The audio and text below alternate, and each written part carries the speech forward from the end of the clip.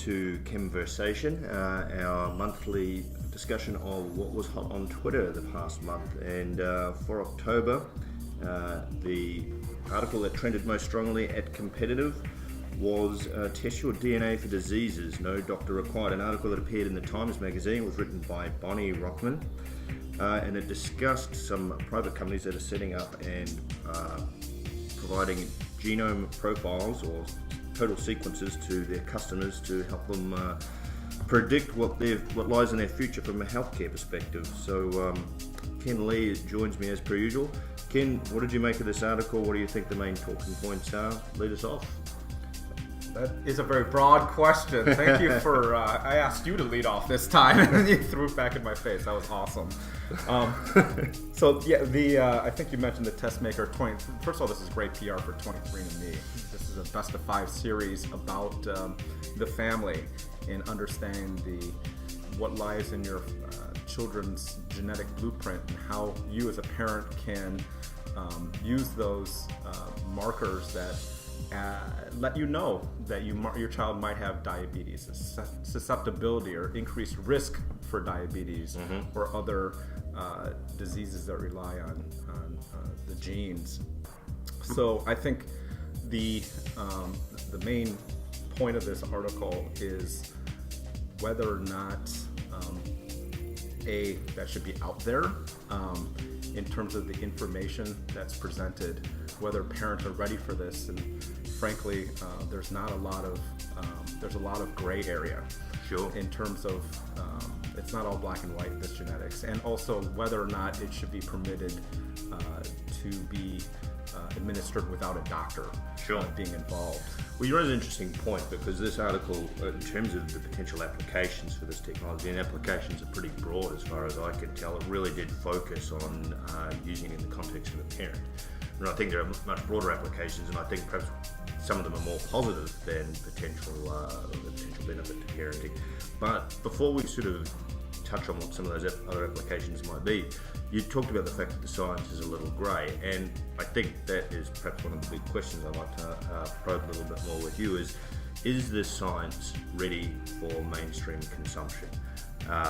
There are huge parts of the genome that are misunderstood. We refer to huge swathes of it as junk DNA, which I can't help as a term will feel sheepish about one day. We only know of a fraction of the biomarkers that we will eventually discover. It's going to be caveat-rich data when it comes out the other end, and people, consumers who don't bring any knowledge of the genome to it, which is going to be pretty much the entire population that isn't directly involved in genome research themselves, are they going to be able to understand the subtleties, the nuances? Is this just a way of a new tool for empowering hypochondria? Well, genetic tests have been around. We'll start there. For things like cystic fibrosis, for things like Down syndrome, and parents can choose what they want to do with that information, and that's not always an easy decision to make, knowing that your child might have some life-debilitating disease, and that right now is in the hands of the parents and the medical care provider. Whether or not parents are ready for this, I think one group would say that any information that can help them empower making decisions that would make them healthier is a good thing. And they give an example, so I'll share that example. There was a 50-year-old who had a list of symptoms, who went doctor to doctor and was not able to find out anything except that these things come with age. These symptoms come with age. So basically they sent him on his way back without any sort of diagnosis. He actually did this 23andMe test, which one currently exists for looking at markers across the whole genome, and was able to find a rare mutation that impacted his ability his blood to carry iron. And so then he was able to get that tested and found out that that indeed was on the basis of his symptoms. So in that case, very specific, he was able to understand and do something about it because he had the genetic information at hand. And that's, I think, the interesting point is that perhaps the focus of this article is all wrong, because in a situation like that, the potential benefits of the technology like this are pretty hard to argue with. What I found curious about this article was this continual focus on finding out what might be wrong with your children and then worrying about it. Now, you also mentioned genetic carrier screening, which also goes on, and it's a prenatal sort of a thing now. And that really is there for peace of mind rather than to send people into a panic. It's basically to reassure parents, 99% of the cases, that they don't face an issue. And I see benefits of this technology in that context as well.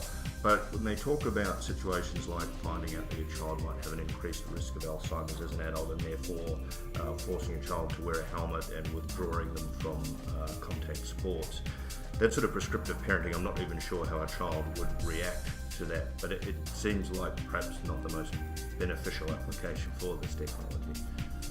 You raise interesting questions, Eamon, as always. If we look at data in context, there's a recent flurry of evidence, although it seems like quite obvious in hindsight, that getting hit in the head on a football field can lead to concussions and later debilitating diseases like dementia. That is a data point.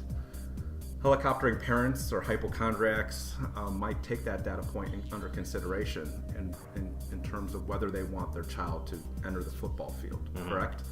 That's one data point. Would you want to know if your son or daughter had a predisposition to a head injury, for example? And if you did, would you not want to potentially act on that information? Well, that's, I guess, the million-dollar question is how can one act on that information? Is it an essential, useless information, just something that you can fixate on and worry about from now until your child is an adult? Right. And what I'm saying there is, in context here, if my child had a 50% greater chance than the one without these markers, which in case we talked a little bit about statistics yesterday, that in general populations 1% would have this predisposition to having some sort of trauma to the head, that a 50% greater chance would mean just a 1.5 chance, right? The greater data point to me is that putting your son in a sport in which you get hit in the head all the time far outweighs that. I guess that was my point there, right? That yes, we have genetic data, but we can't exclude other data that's out there that just common sense tells us you are putting your children at harm's way. Exactly, and I guess that raises one of the other interesting things about it is a lot of these data points will just reinforce, well, I should be bringing up my child in a responsible, healthy manner. Yes. Which is perhaps what we should be setting out to do, irrespective of how their genome looks. And your question the other day was really good, is let's say everything comes out normal. Does that allow me to give me a license to eat all the ice cream and fatty cookies that I should possibly eat? Especially seeing as there are probably many biomarkers yet to be discovered that would perhaps impugn that otherwise healthy looking genome. So yeah, it's a complex field. It's extremely fascinating science. I really would recommend that our listeners go and have a look at that article, providing a link on our community post. And also read the below the line comments, because as Ken pointed out, there are some interesting case studies of people who have voluntarily offered their stories of successes they've had using this technology. So have a look.